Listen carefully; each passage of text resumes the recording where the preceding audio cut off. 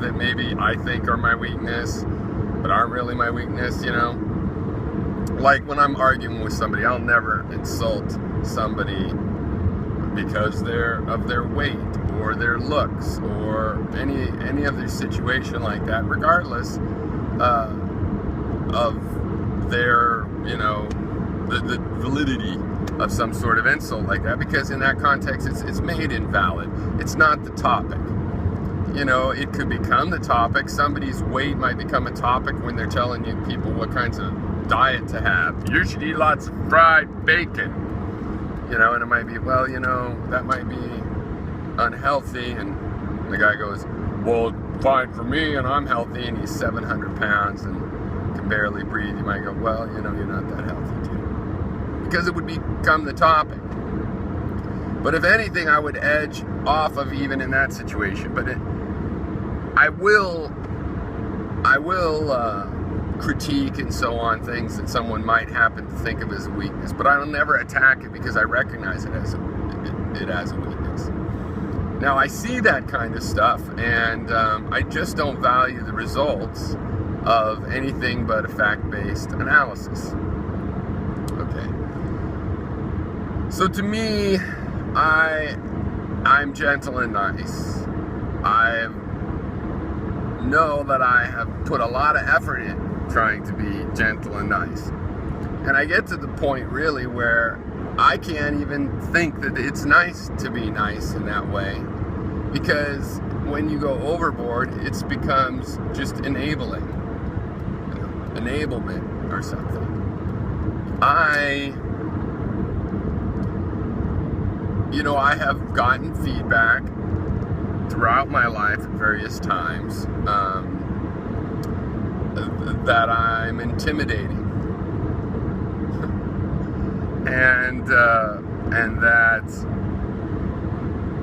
you know, like I'm a dangerous animal or something. Like people are on edge, and they either feel intimidated or too aggressive, and I have consciously tried to not be that way. But for example, in college, I was applying to be a residential assistant in the dorm, and we had a few, I don't know what you call them, role-playing. We had, you know, you have to all solve a problem together.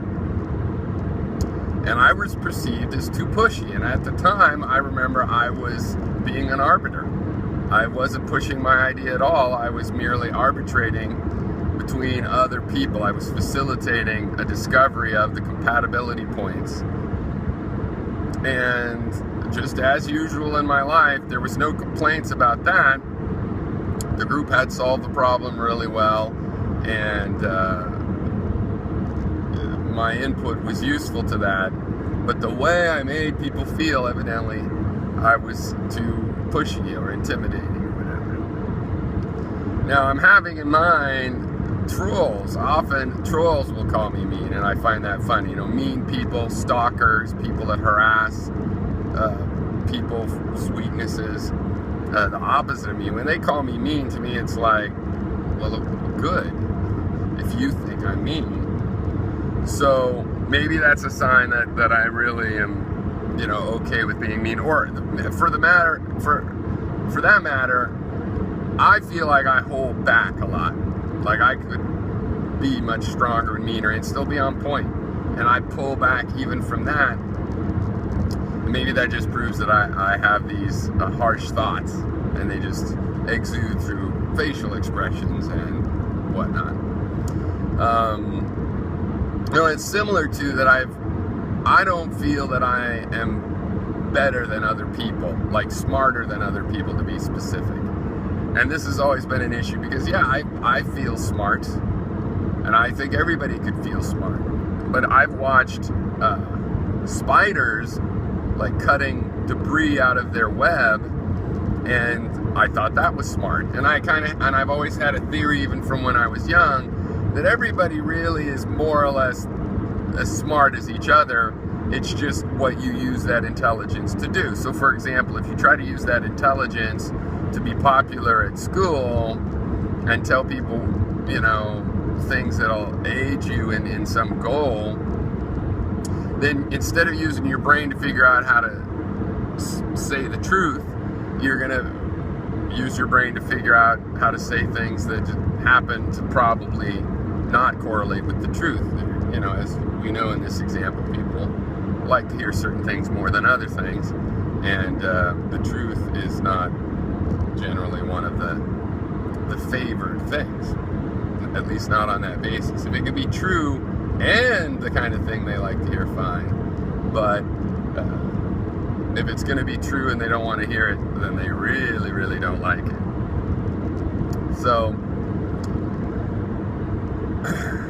anyway, so I have to deal with this perception, though, of intimidation.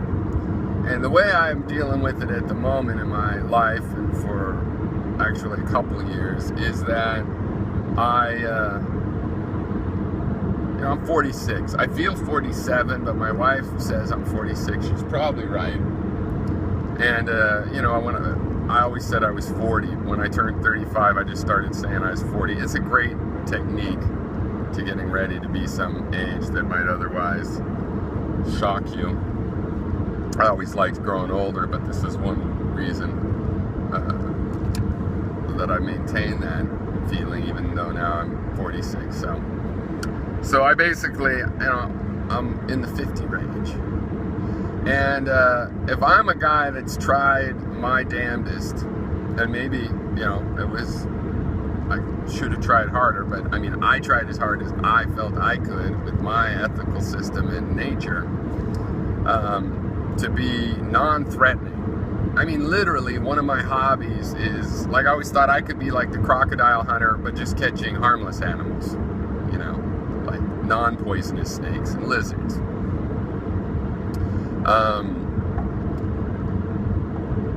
And yet, all this half century later, people are still thinking I'm intimidating.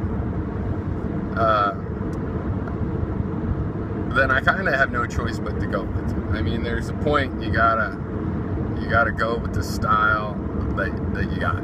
Nature, nurture, doesn't matter. By 50, it's it's in there. It's one way or another. It's purely a curiosity as to how it got there.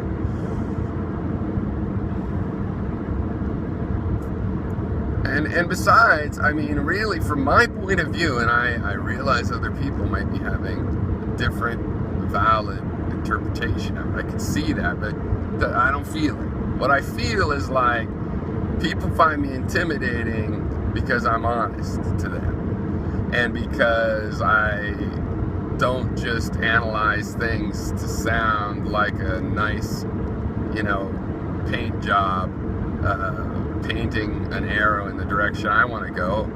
I analyze empirical data, and when I'm making a suggestion, it's not just to get what I want, but if the whole group has said that what their goals were, I find it fun to try to figure out something that goes, every opinion and desire is a vector. I like adding up the vectors, dividing and figuring out and getting the vector that's the common vector. And if it's only a little short vector because we disagree so much, there's only a little tiny, that's fine. Look, here's a direction where we're all okay with this little tiny step. If it can be bigger, that's great. I love taking the subgroups and figuring out how all that works together in points. And if there's a real contradiction, I found usually there's not very real contradictions. Like a real contradiction is,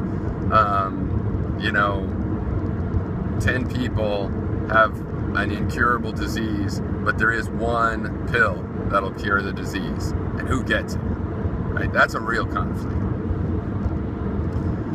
But I'm just stuck with going with my nature, which looks like people are they just lie to themselves. I guess the main thing that's disappointing me is I have allowed decisions that I knew were the wrong decision. I knew why they were the wrong decision. But I've been in a group situation, and I knew how to force a better decision. But I figured, well, people have a right to go through their own evolution. They have a right to learn from their own mistakes. And what is a surprising disappointment to me is that people don't do that, right? And if you save them from their mistakes and show them the mistake they were going to make, they don't appreciate that either. Now, I do. This happened to me, and it could be a little bit of a moment of awkwardness, but so you become stronger and learn a whole new realm of thinking when you open yourself up to that. And that seems obvious, and as a child it just seemed like, well, if I see that, wouldn't everybody feel that way? So you might not know something, you might want to make the mistake yourself so you can really see, so you're not just taking things on faith and fear.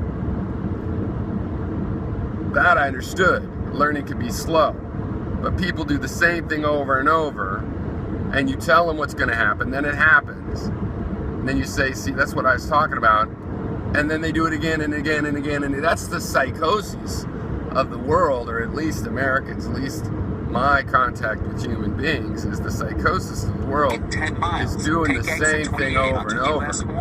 You know, and the old thing about doing the same thing over and over and expecting a different result, no, that's much too light. They don't see the result. People are in their own holodeck to such an extreme degree that it's like by the time they're understanding their experience, it's not what really happened.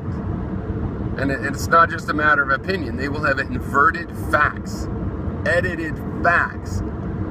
See, and to me, there's so much room in interpretations. You have a set of facts, there's kind of by definition infinite interpretations, but the interpretations cluster, right? There's similar interpretations. You kind of get an idea of, you know, you could deduce something from those facts, even though with the infinite you could sort them out. There's statistical methods, right? But people actually edit the facts, right? They're goal-oriented. They have a preconceived notion of how they hope the interpretation will go, and then they actually feel they could change the facts, and they don't know any better. They don't know they're lying, because in their world and they're with their brain using metaphor and symbology to understand things, you know, some people don't think the interpretations are infinite. They're like, there is only one interpretation. So I know there's many of those. So with the facts, well, how does a person, an animal, mind you, yeah, we know better if we think about it, but how does an animal for 200,000 years, like with the human brain, know that since you mentally, you're the computer taking in the information, you decide what to consider as facts, you decide what interpretation to take. If you're allowed to, if the interpretation is malleable, then why shouldn't the facts be malleable? Deer, 3 deer, right there, deers. I like deer, and there are some deer on Maui, and somebody brought them to the Big Island, but they haven't taken over yet, but I bet they will. But I haven't seen deer for years. So anyway, if you're just starting at this as an animal with this supercomputer human brain, but it's 200,000 years ago, and you're basically, your mother and father were chimps, and you find, hey, I can consider whatever I can make whatever interpretation I want.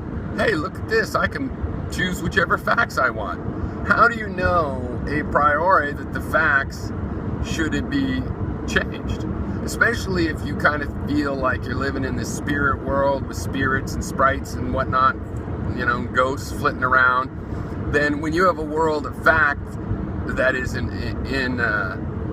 infested with ghosts, then you're not even necessarily capable of knowing that you are manipulating with the facts. So it's really only the last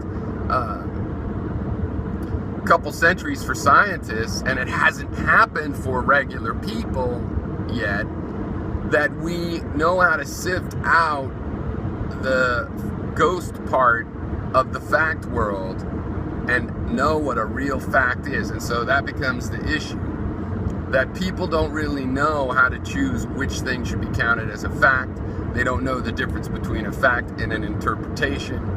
And the lack of this knowledge is what's holding people back. And for me, to be less intimidating is to just, it would be for me to ignore that problem. And I'm not going to do that.